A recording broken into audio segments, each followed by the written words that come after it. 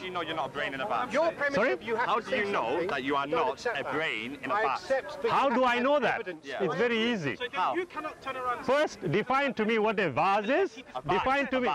Sorry, a vat. you know- 1 second. Define to me a vat.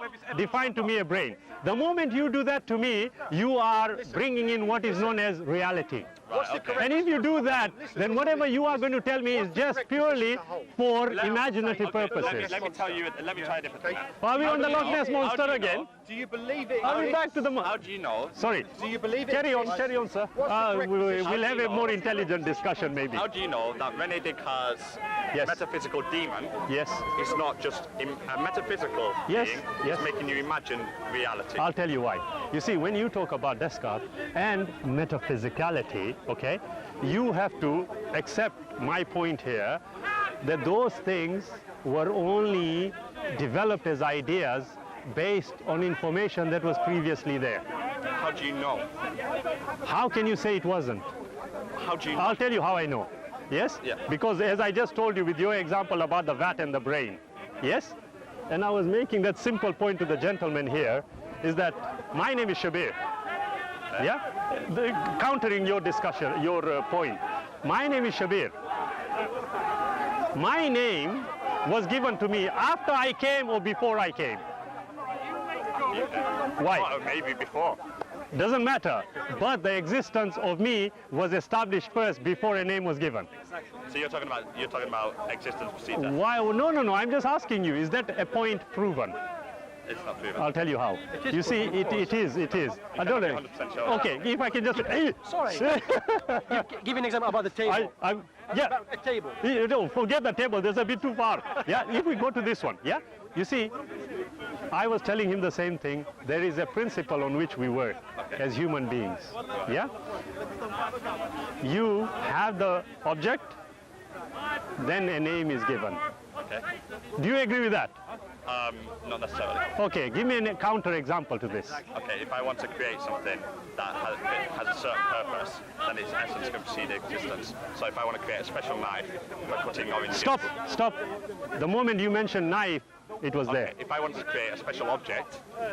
The word object was established to explain something. Okay. Again, you can't use that. The actual thing... No, you can't use that. Why not? Tell me why. It's simple. Mathematically, it comes back. Yes, but here, as far as what you are trying to prove is concerned, no matter what information you really... Yeah. It's something I received for you. Yes, so, now if that is the case, yes, you take it back. And I will tell you one thing, okay? If there's a person, okay, and the person says to you, and I agree, you know, when you come on thinking, letting the imagination go is a very good intellectual exercise. It really is, because it allows you to develop new ideas. As you talk about metaphysicality, yes, the moment we say metaphysical, we are establishing, exactly, we are establishing the physical, but then we are saying that there are certain things which we can conceive of which transcend the physical. Is this not just descending into language games now? Because maybe we call it metaphysical. Exactly, I agree. Because we understand there's a physical world. I agree. Now, that doesn't mean that if we were to, for argument's sake, agree that the metaphysical exists. Okay? Yes. Now, that doesn't mean that the physical must exist for the metaphysical to exist. Can agree. Because it's just a name. Can agree, yes. Okay. So when I say metaphysical demon, I'm saying we can imagine there is no physical world, and we can imagine that everything we see, believe, and think is real is actually just the product of the imagination. Exactly. True. But now if I ask you, how did you define imagination? How do I define it? Well, you see, the thing is, I'm arguing I'm playing devil's advocate. Right. If we play, I agree. I accept what you mean. If we play as the devil's advocate, think about it this way, and I agree with you, and this is a valid point which our gentleman just could not grasp in all the time we discussed. You got it in a matter of 5 minutes. Congratulations to you. And I'm only speaking on the basis of I'm older than you, that's why. Nothing spectacular. But you see... Doesn't mean you're smarter. Sorry? Doesn't mean you're smarter. I entirely agree with you, because you are older than me, so you are smarter than me. No, but I'm if... not smart. Oh, thank you, then I'm smarter than you. No, I don't even know. Okay, You don't but have anyway, me. going back, I agree with you. I agree. Just a joke, just a joke. Okay. See, brother, if you think about it, yeah, you take it forward, and this is what we will come to. metaphysical or physical, one proving the other, whatever, it can end up only language and ideas. Right. And nothing can be real in the way we imagine it. Right. Accepted. But then if that is the case, we have to also accept that for human beings, whether derived from primates or not, for what we are today, for human beings to establish a standard of norm, certain rules and regulations must be accepted. I agree completely. Okay. But now, if we are going to do that, we then have to accept that anything that we are going to derive as a rule has to be completely and totally impartial. Don't you agree? Right. But when I say completely and totally, I'm not talking 95%, 99%, I'm talking 100%. So as an example, I'll give you an example. You see, the Union Jack. What do you think of when you imagine the Union Jack? A flag. A flag. A flag of? An imperialist nation. Right.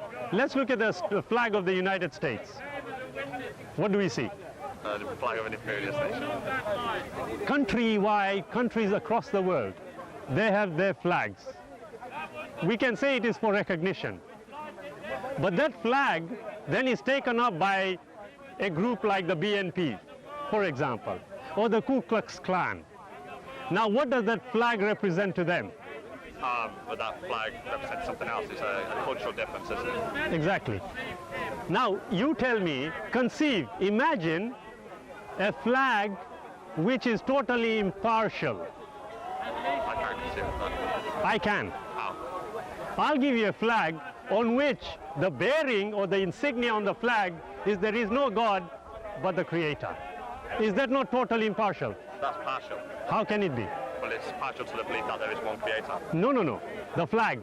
We'll come to that. The flag itself cannot be used as a nationalistic element, can it? No.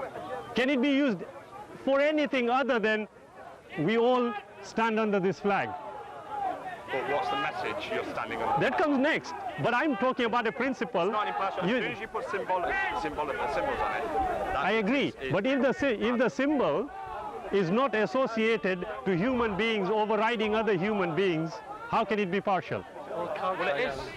Culture, it transcends everything. It doesn't transcend everything. Of course it does. If you're saying there's one God, Yeah. okay, and regardless of what I believe, Sorry? regardless of what I believe, Yeah, that's fine. if Yeah. you're saying there's one God, Yes. it's impartial because there are those who believe there is no God, and there are those who believe there are many gods. Agreed. But I agree with that. But here is the point why we are having this discussion.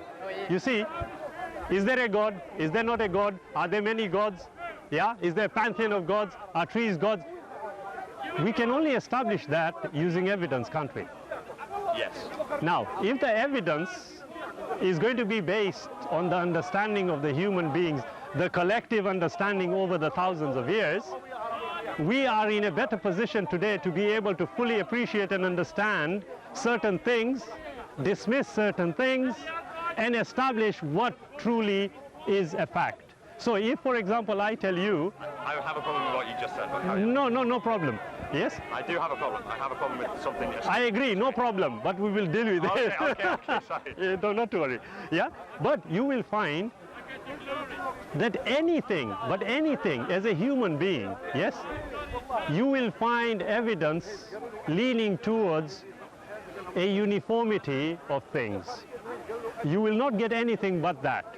If you look at the scientific evidence, whether it's DNA-based, whatever evidence you look at, it is pointing towards a uniformity of things. Now, there must be a reason for that. Collectively, if you put all the evidence together, it is leaning towards uniformity. There must be a reason for that. What do you think it is? I believe it's the Big Bang. Sorry? The Big Bang. We all come from a singularity. Let's take that as an example, okay? You have something that suddenly explodes according to our current understanding. Expands. Doesn't explode. If I can just, yeah? For it to have expanded, it needed to explode. It didn't explode. Okay, let's say it expanded. Yeah. Yes? It Important. It's important. It is very. It's not pedantry. It's important. It is. Let's say it expanded. Yeah? It expanded into something. No.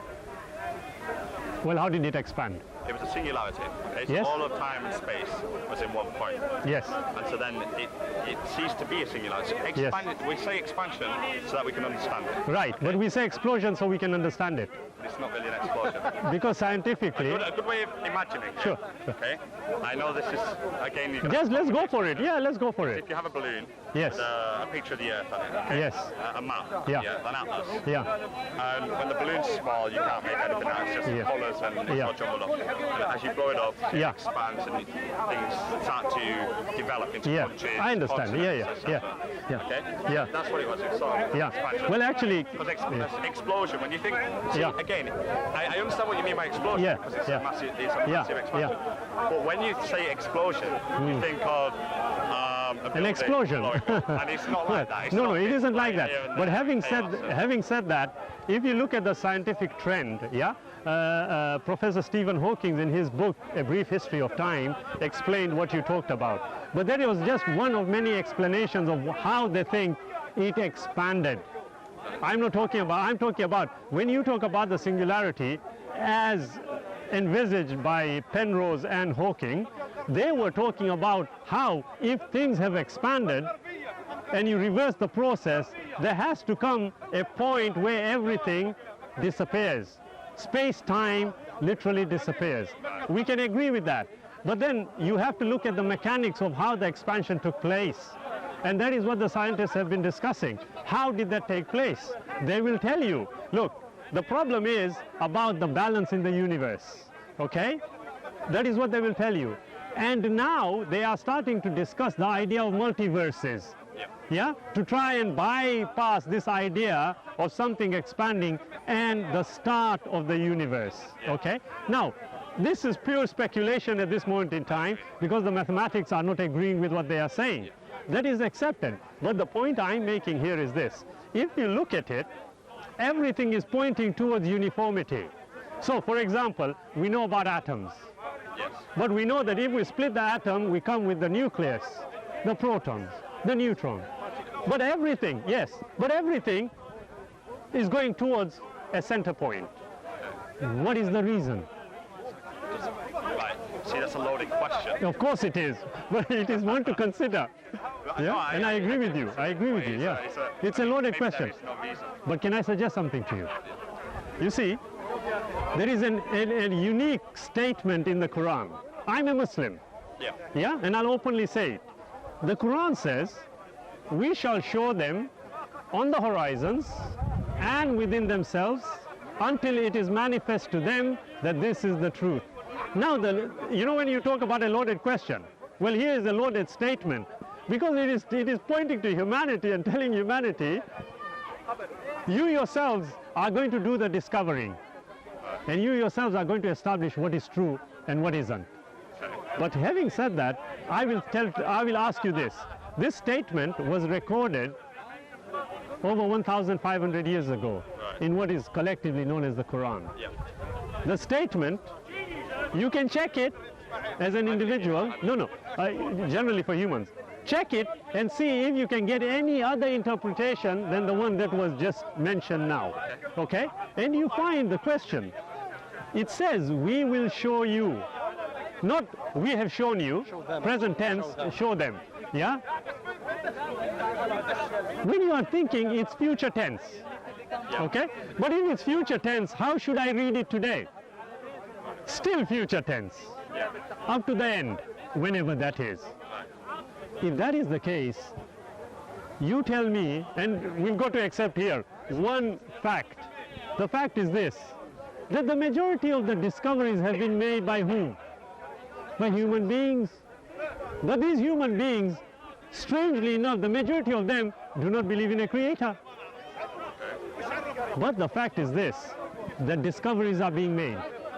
The discoveries are being made, and every time the discoveries are being made, you are finding that there is a certain element of truth in what they are saying, okay? But the crucial point here is this. You see, if I have 3 opinions about a certain issue, how do I establish which one is worth taking further? How can I do that? Well, you look at the evidence supporting it? I look at the evidence.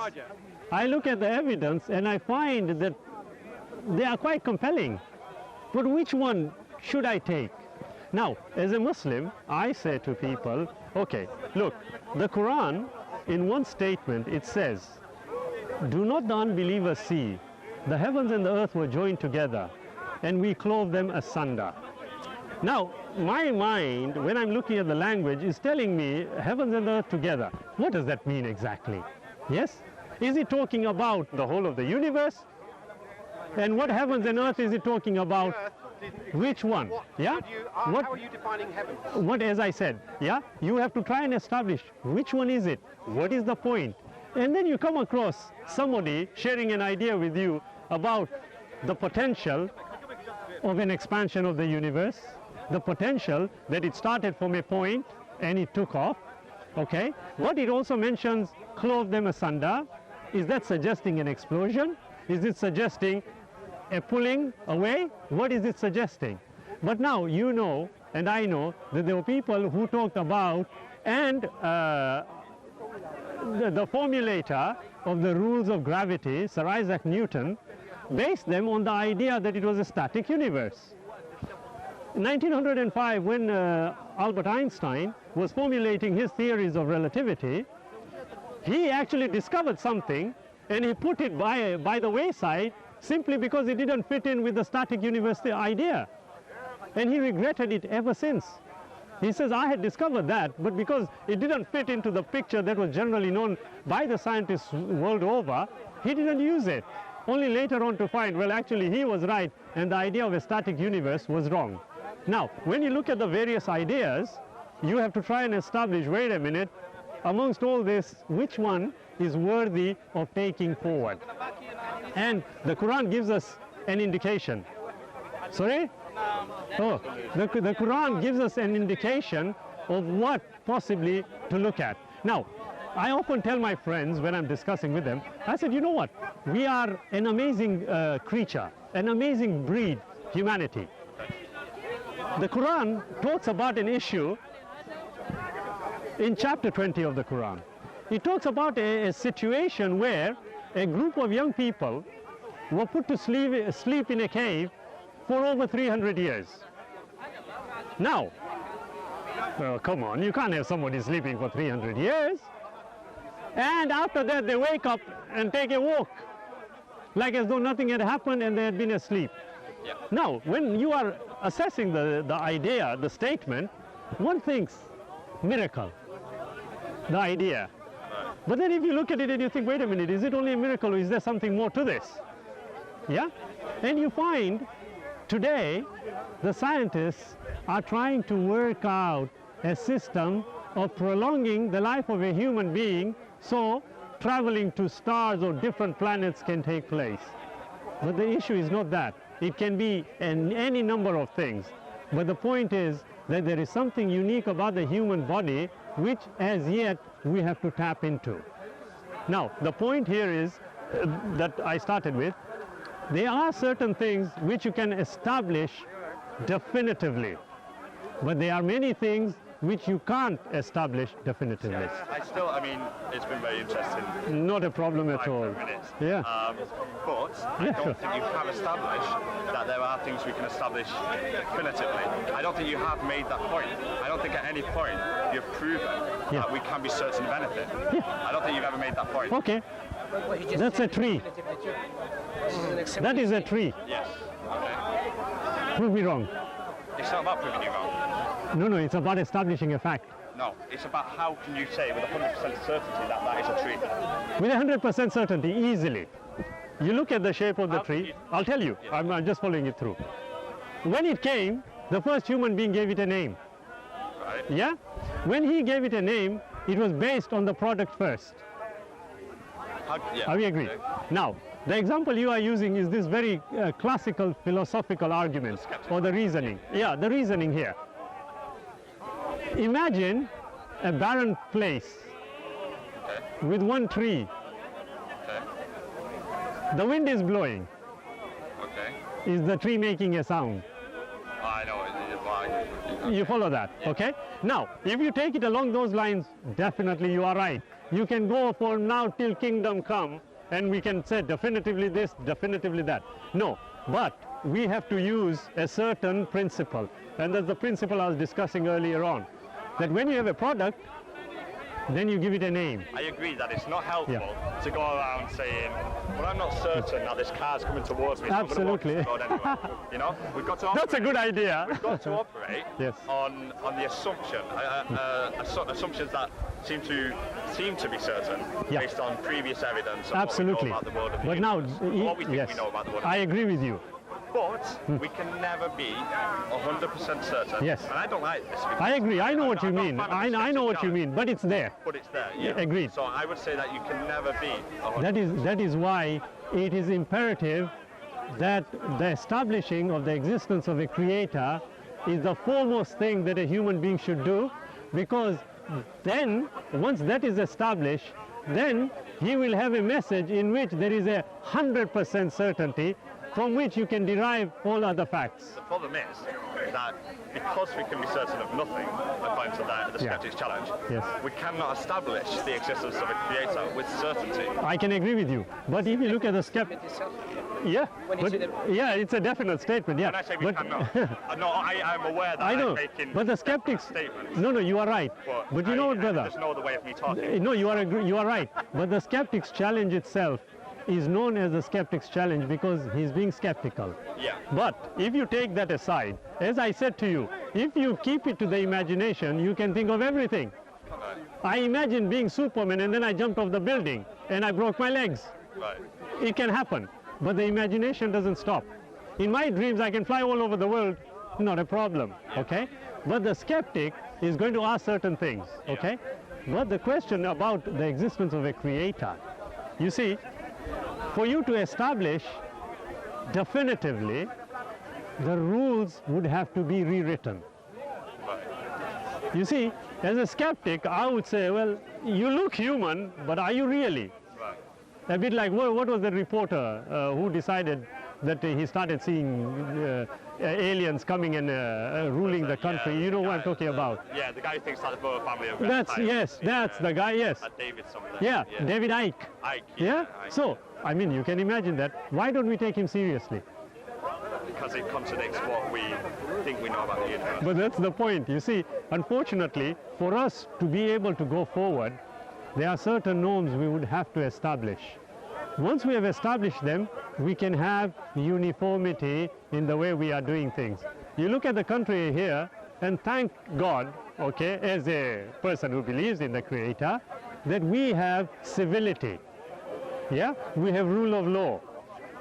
Sadly, in many countries that is not the case. Right. Yes, but if we started telling the criminal, don't worry, you just imagine you are a criminal, what would happen? It's not helpful. What would happen? Well, he may. You take the poor drug addict who is severely addicted, who is losing his life. Don't worry, it's just imaginary. Right. What would happen? He'd just carry on and kill himself, probably. But killing, once he dies, can't we just say it's only imaginary, he's not dead? We could do. What would happen? It's not helpful. What would happen? I don't know what would Anarchy. Is death certain? It's definitely no. 100%. Not according to the Skeptics Challenge. Forget the Skeptics Challenge. Is it 100% the way we know it? I'm not going to say anything's 100% certain, but I Do you die? think I do, yeah. Does every human die? Does every living being die? Yes, I think That's 100%. Yeah. It's not 100%. But I agree. I know what you mean. Yeah. Oh, no, it is. But then you can imagine it not to be. You can imagine it. I can't. We can all imagine things that are not there. But the point is this, and this offer I make to you, and I extend to you, that as a rational human being, as a reasonable human being, which you are, if you look at the evidence for the Creator, I can promise you the evidence will be found. And if after taking that journey, you contact me and I will join you and we'll go and have a drink, because it's forbidden for me. But I will join you and go and have a drink. But I can assure you the evidence is there. And when I'm saying this sincerely, I'm talking about having assessed all the available evidence to the best of my ability. and that includes scientific evidence on the technical level, not just on a general level. And you will find that the existence of the Creator is a definite must. You see, so far I have looked, I haven't read the Quran yet, but You need to. Give me your email address and I promise you I will send you a copy free of charge. I have one. You're a naughty boy. And you haven't read it yet? Well, here is your opportunity. Yeah, I'm sure you can. I'm reading other things which I find Please do. more, Interesting. yeah. There's no harm in that. Yeah. When you start, you will find it more interesting. Believe you me. Do you know? I read a couple of pages on the way home after getting it. Yeah. But No, but what I would suggest you do, whatever interesting points that you are reading on, yeah, compare that to the statements in the Quran which talk about them. It will increase your information.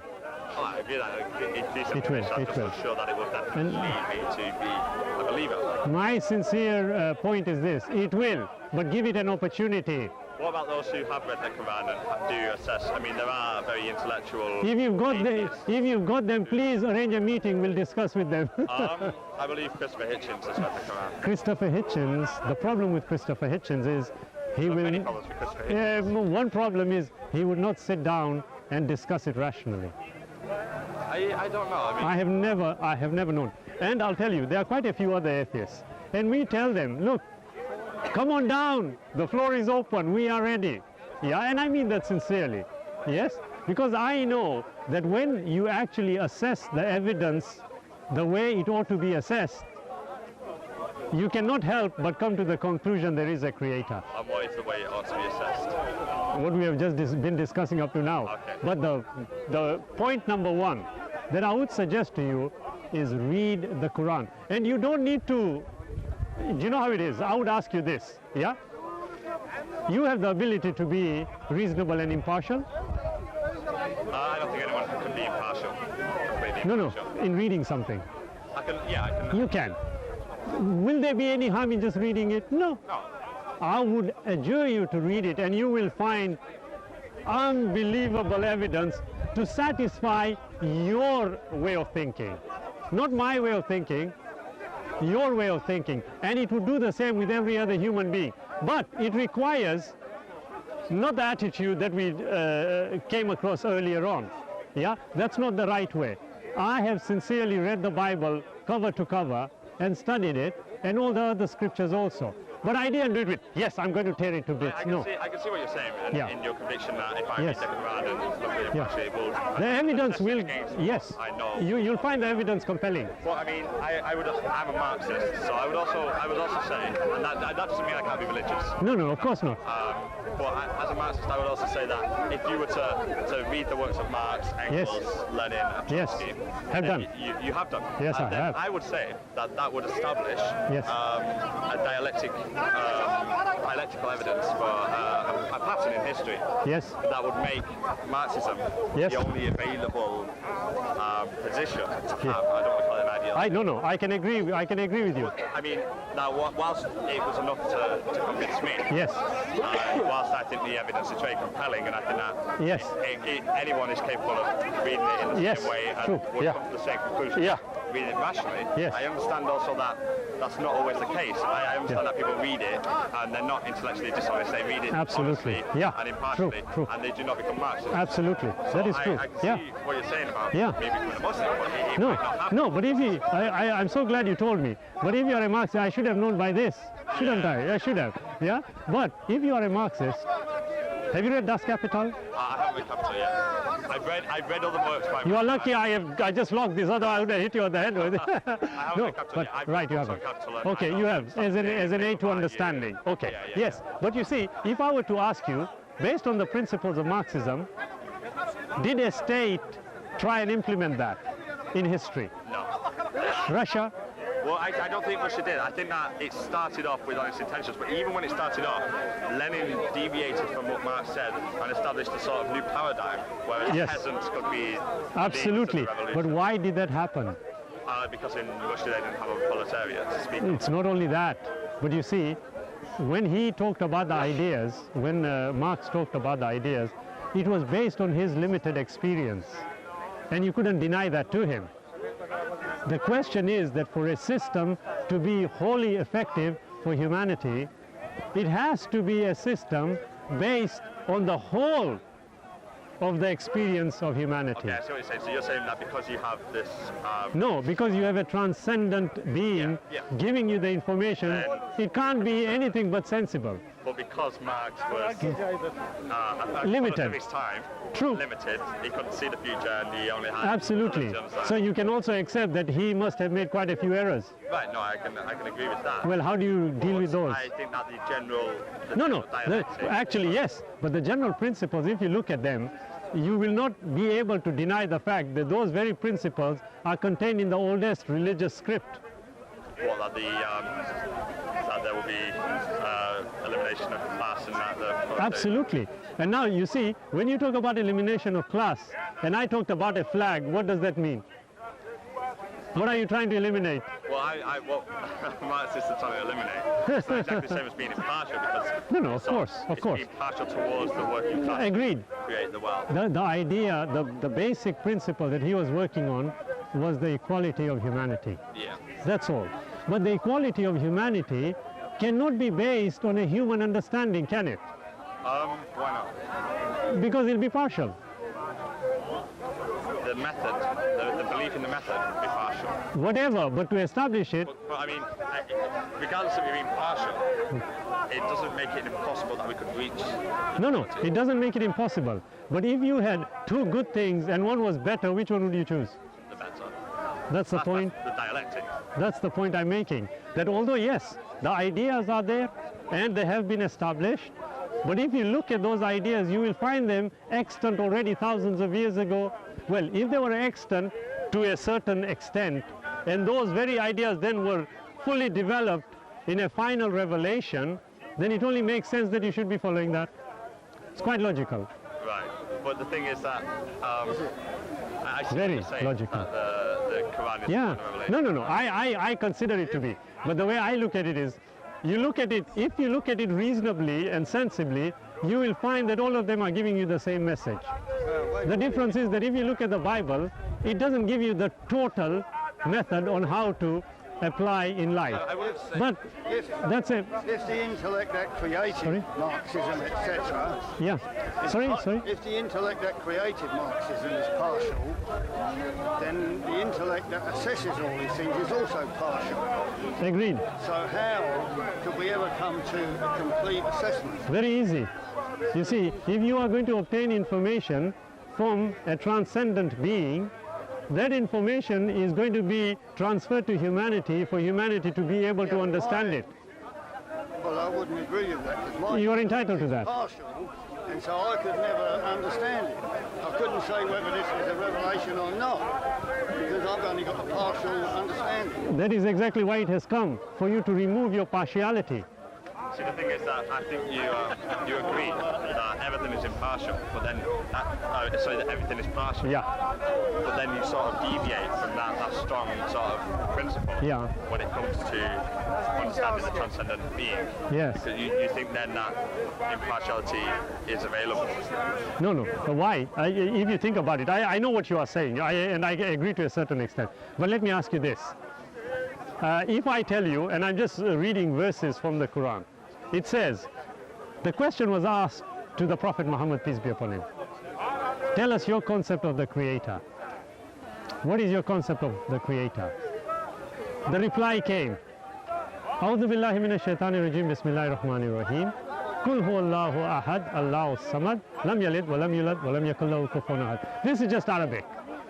It says, say, He is Allah, the one and only, eternal, absolute. He begets not, nor is he begotten. There is none like unto the Creator. Now, if we just assess those statements, I'll ask you this. It says, He is Allah. So I am Shabir. You are Chris. So that's okay. We can agree with that. The one and only eternal, absolute. Are we eternal and absolute? No.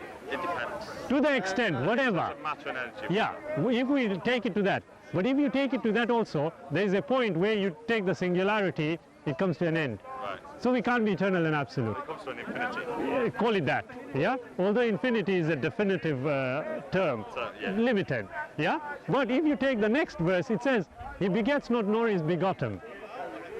Are we begotten? Yes. So it's not like us. So there's a distinction. And the final verse says, there is none like unto the Creator. Well, whatever we can conceive of, that cannot be the Creator. Okay. Yeah? So there is this element of transcendence. Hold on a minute. You just said this is Muhammad's concept. And then you say we can't conceive of it. No, the statement says you can't conceive of it. You said that they asked him what is Right, let me the repeat. concept of God? They asked him. Yeah, So he waited for the revelation to come. The revelation came. Oh, no, but you said the concept. Okay, well, it's words we are arguing. I'll correct myself. That the revelation came to the Prophet Muhammad. And this is what it said. That was a revelation. That might just be a That's why we are discussing it, so we can know that it was. Oh, you are closing your mind. Obviously, Yeah, absolutely. That's being partial. That's very... it can't be otherwise. No, agreed. But as you can see, as human beings, we have got many things which we have to fight ourselves. Yeah?